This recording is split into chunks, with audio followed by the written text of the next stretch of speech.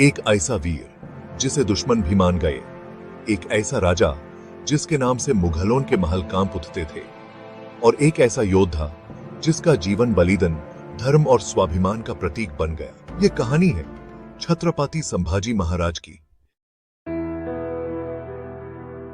छत्रपति संभाजी महाराज का जन्म 14 मई 1657 को हुआ था पुरंदर किले, महाराष्ट्र में। वो स्वर्गीय छत्रपति शिवाजी महाराज और महारानी साईबाई के पुत्र थे। संभाजी महाराज बचपन से ही तीक्ष्ण बुद्धि और अपर समर्थ योद्धा थे। उन्होंने सिर्फ 9 साल की उम्र में संस्कृत और मराठी पर अच्छी पकड़ बना ली थी और कुछ सालों में 7 भाषाएं बोलना सीख ली थी, जैसे कि संस्कृत, मराठी, हिंदी, फारसी, अरबिक, पोर्चुगीज और इंग्लिश। लेकिन उनका बचपन सुखद नहीं था। मां साईबाई का देहांत तब हुआ जब संभाजी सिर्फ 2 साल के थे। उनका पालन पोषण शिवाजी महाराज ने और उनके गुरु कवि कैलाश ने किया। छत्रपति संभाजी महाराज ने राजनीति में कदम रखा जब उनकी उम्र सिर्फ 14 साल थी। 1659 में उन्हें मुगलों के खिलाफ लड़ने के लिए भिवंडी, कल्याण और औरंगाबाद के मोर्चों पर भेजा गया। उन्होंने अपने जीवन में कई युद्ध जीते और शिवाजी महाराज के बाद वो मराठा साम्राज्य के दूसरे छत्रपति बने।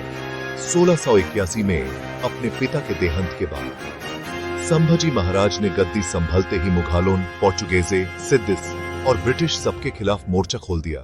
उन्होंने मराठा साम्राज्य को और भी मजबूत बनाया और अपने पिता की विरासत को आगे बढ़ाया।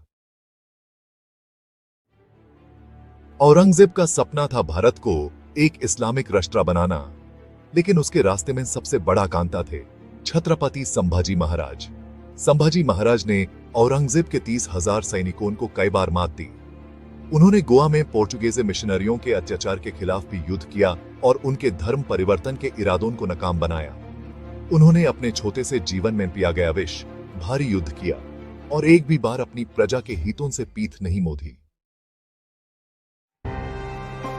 सन 1066-80 में एक गद्दार कनौजी शिर्के की वजह से संभाजी महाराज को औरंगजेब के सैनिकों ने पकड़ लिया।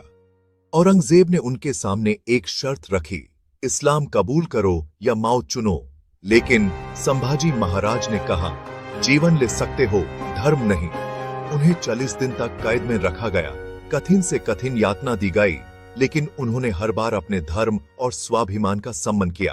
अंत में उनका 9 मार्च 1066-80 को अत्यंत कठोर और क्रूर तरीके से बलिदान दे दिया गया।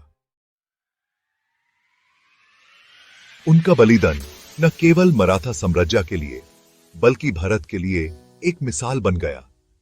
आज भी उनका नाम वीर योद्धाओं में सबसे ऊंचा माना जाता है। संभाजी महाराज एक राजा ही नहीं, एक कवि, एक पाठक और एक धर्म रक्षक थे। उन्होंने बुद्धभूषणम जैसे ग्रंथ भी लिखे जिसमें राजनीति, न्याय और जीवन के मूल्य बताए गए हैं। आज हम सबका फर्ज है कि हम संभाजी महाराज के बलिदान को याद रखें, उनके जीवन से प्रेरणा लें। ऐसे अमर वीर को हम